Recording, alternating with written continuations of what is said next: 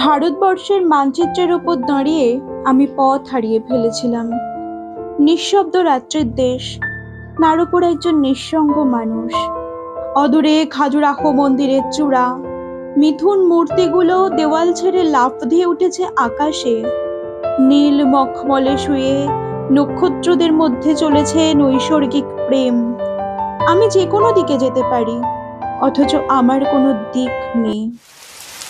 ভারতবর্ষের মানচিত্রের ওপর দাঁড়িয়ে আমি পথ হারিয়ে ফেলেছিলাম। সেই দিনটি ছিল বর্ষণ সিক্ত। মাঝে মাঝে এমন হয়, আকাশ নিচে নেমে আসে, গাছগুলি দুহাত বাড়িয়ে ডাকে, এসো এসো।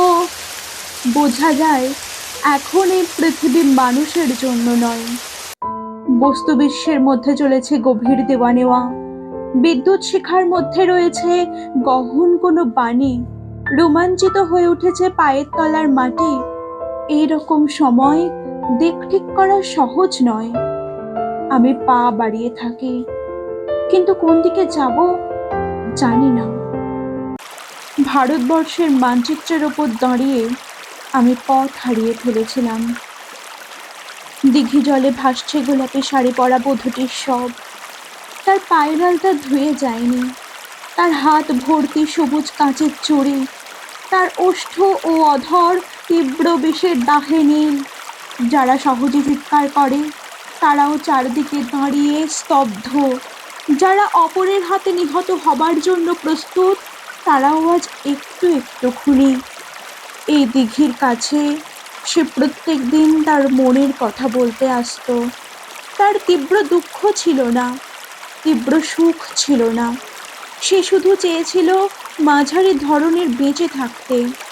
একটা কোনো জায়গা থেকে তো তার মৃত্যুর জন্য উত্তর খুঁজে আনতে হবে। কোন দিকে, কোন দিকে? ভারতবর্ষের মানচিত্রের উপর দাঁড়িয়ে আমি পথ হারিয়ে ফেলেছিলাম।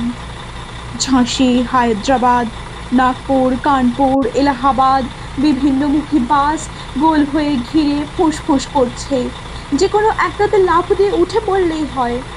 কিন্তু কেন আমি নাগপুর না গিয়ে এলাহাবাদ যাব না, অথবা হায়দ্রাবাদ না গিয়ে ঝাঁসি না যাবার কোন যুক্তি আছে? ঠিক এক জায়গাতেই যাওয়ার গাড়ি ভাড়া। আমাকে একবারের বেশি দুবার সুযোগ দেওয়া হবে না। আমাকে পাঠানো হয়েছে মাত্র একটি জীবন কাটাবার জন্য। একটি জেলখানা থেকে বেরিয়ে শুধু একদিকে যাবার মুক্তি।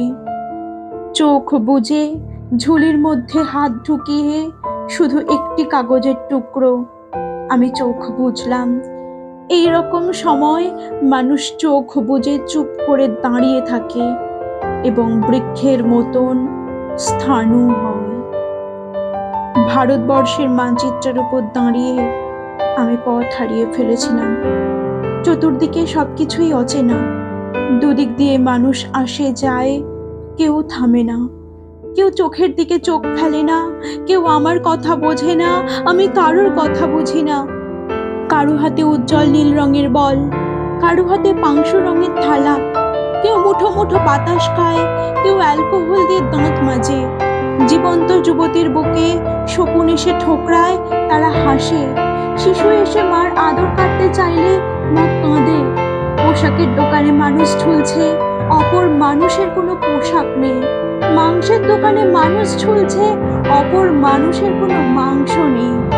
এই ঘোর অচেনা রাজ্যে আমি একটু দাঁড়াবারও জায়গা পাই না। আমি কি এখানকার কেউ নই? এ আমার দেশ, এ আমার দেশ বলে চিৎকার করে উঠি, কর্ণপাত করে না একজনও। এমনকি আমার দেশও কোনো উত্তর দেয় না। ভারতবর্ষের মানচিত্রের উপর দাঁড়িয়ে আমি পথ হারিয়ে ফেলেছিলাম।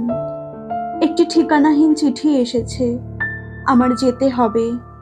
যেমন ভাবে মৃত্যুর নির্ভুল চিঠি আসে, কিন্তু মৃত্যু কারোর জন্য অপেক্ষা করে না। আমার জন্য একজন প্রতীক্ষায় বসে আছে। সে কোথায় জানি না। সে কি সমুদ্র কিনারে, কিংবা হিমালয়ের মর্মচ্ছায়ায়? সে কি বন্যায় ধুয়ে যাওয়া মাটির উপর নতুন পলিতে দাঁড়িয়ে আছে? সে কি শুকনো জিভ বার করে ক্লান্ত জঙ্গলের মধ্যে একাকী শয়ান? সে কি কোনো বিশাল প্ল্যাটফর্মের পাশে জটলার মধ্যে বসে আছে জানু পেতে? সে আমার ছেলেবেলার হারিয়ে যাওয়া সঙ্গী। সে আমার বড় বড় চোখ, বিস্ময়ে বিমূর্ত ছেলেবেলা। আমি মানচিত্রের গলি খুঁজির মধ্যে ছোটাছুটি করি, আমায় যেতে হবে, যেতে হবে।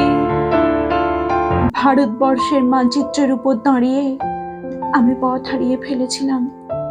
সেই ধান ক্ষেতের জায়গায় এখন ধান ক্ষেত নেই, সেই নদীর ভিতরে নেই নদী। নগর উড়ে গেছে শূন্যে, সেখানে সব ছাদ খোলা মানুষ, একই মানুষের মধ্যে অন্য মানুষ। রক্তে ছড়ানো গোধূলির আকাশের নিচে এক অলীক দেশ। যারা একদিন অনুসরণকারী ছিল, আজ তারাই পলাতক। মহাকুর্মের পিঠে এক অন্ধ লিখে যাচ্ছে ইতিহাস। এক জননী তার প্রতিটি সন্তানের জন্য একটি করে মুরগির ডিমও প্রসব করতে পারেনি, এই তার খেদ। যেখানে স্থাপত্য ছিল, সেখানে আজ সুড়ঙ্গ। যেখানেই যাই, সেখানেই শুনি এখানে নয়, এখানে নয়। অথচ কোথাও তো হৃদয় থাকবে, এবং তার মধ্যে ভালোবাসা।